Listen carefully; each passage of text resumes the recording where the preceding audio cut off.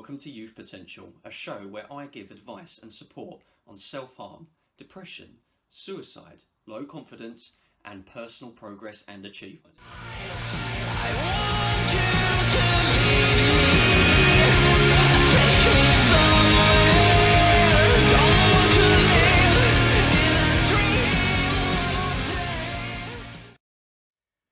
One of the most intense, difficult, and stressful times for someone that self-harms isn't the actual act of self-harm in itself. It's actually in the moments leading up to the self-harm, the very last few seconds before crunch time or 0 hour. If you are anything like I used to be like, and you self-harm in the evening once your family's gone to bed or whoever you're staying with has gone to bed or anything of that sort, you probably spend all day thinking about what you hate about yourself, what you hate about your life, what you don't like. And then as the day goes on, you fantasize more about self-harming. And then the opportunity comes where you can self-harm. You're all alone, you're isolated. And in those moments leading up to the self-harm is when it becomes at its most intense. Okay, and this is what it's like. This is kind of what can go through the mind of someone who is in that exact moment. Okay, and I'm speaking from experience.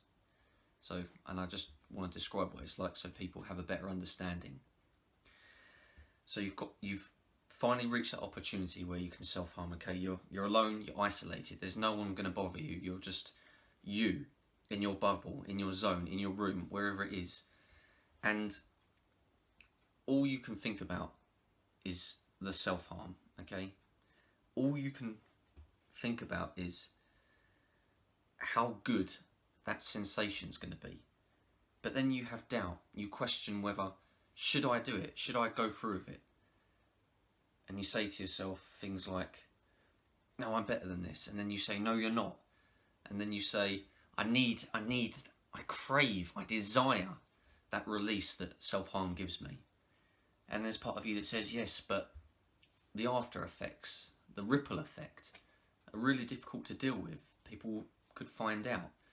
You know, you could get blood all over your bed if you go to bed straight afterwards.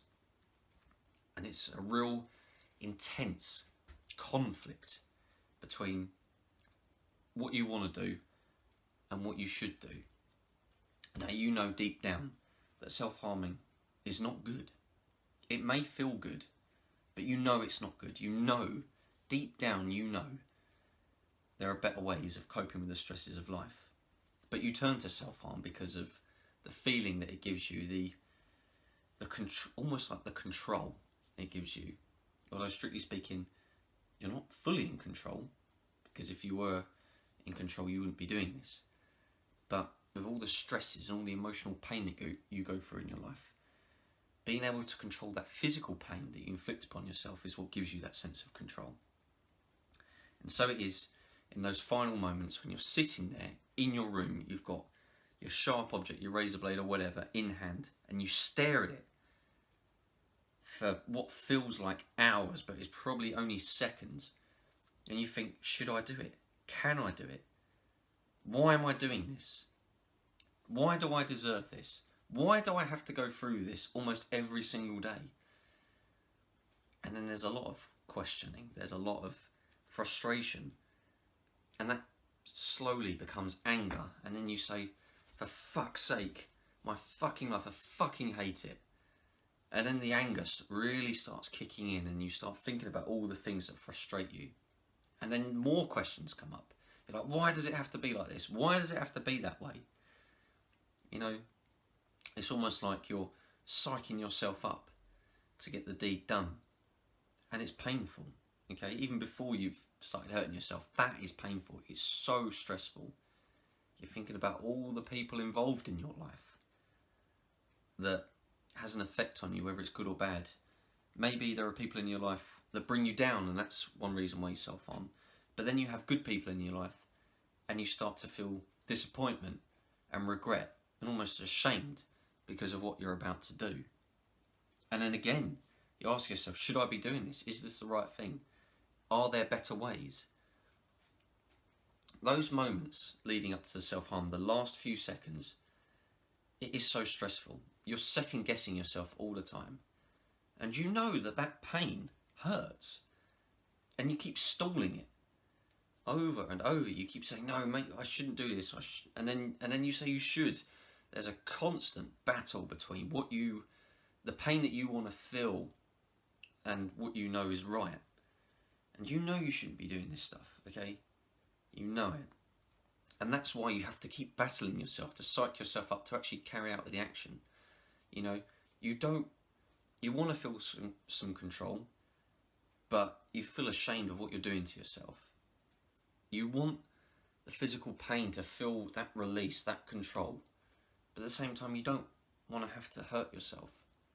You wish there were other ways.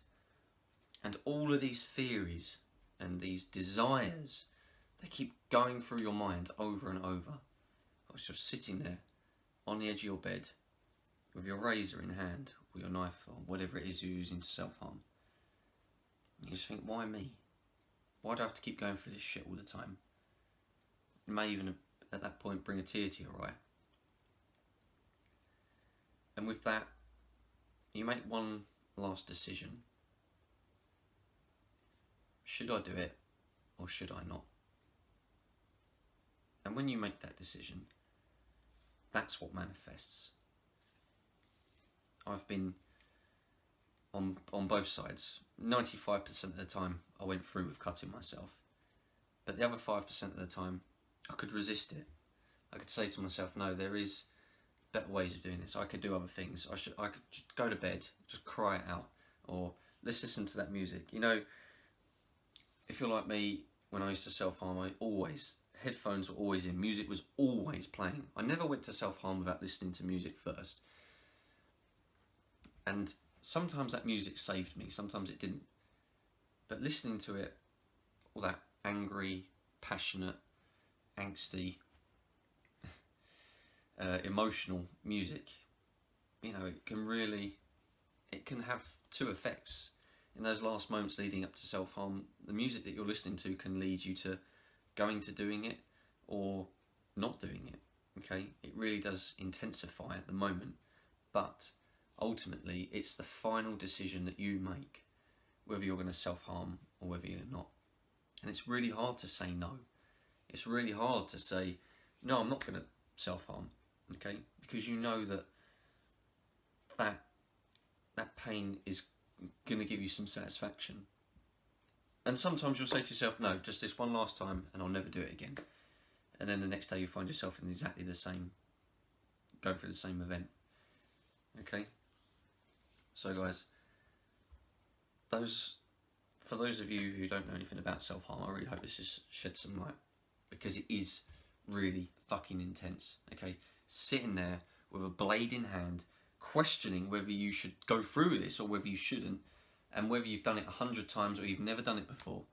It's such an intense feeling, and it's hard. It's hard to pull yourself away from that, because usually by the time you've picked up that razor blade, you've already made the decision that you want to self-harm. So guys, if you find yourself in that moment, please try and find that inner voice that can pull you away, okay? You need that. You need that strength within you, that little voice that says, no, you're stronger than this, you're better than this, you can do this. Try and listen out for it, okay? Don't pay so much attention to the crazy thoughts and the questions and the stress that is running through your head. That is going to push you over the edge and make you want to harm, okay? Just fucking say to yourself, I'm better than this. I can say no to the blade. I can say no to harming myself. And I'm going to find a much better way of releasing this emotional tension and anger and frustration and sadness. Okay? Because you are better than that. You're an amazing person. Okay? Whether you believe it or not, I believe it. I really, really want you to be in control. Okay? And the more times that you pull yourself away from self-harm in those final few seconds where you thought you was originally going to harm, you pull yourself away from that, it's going to be and you keep doing that, it's going to be so much easier for you to give that shit up, okay?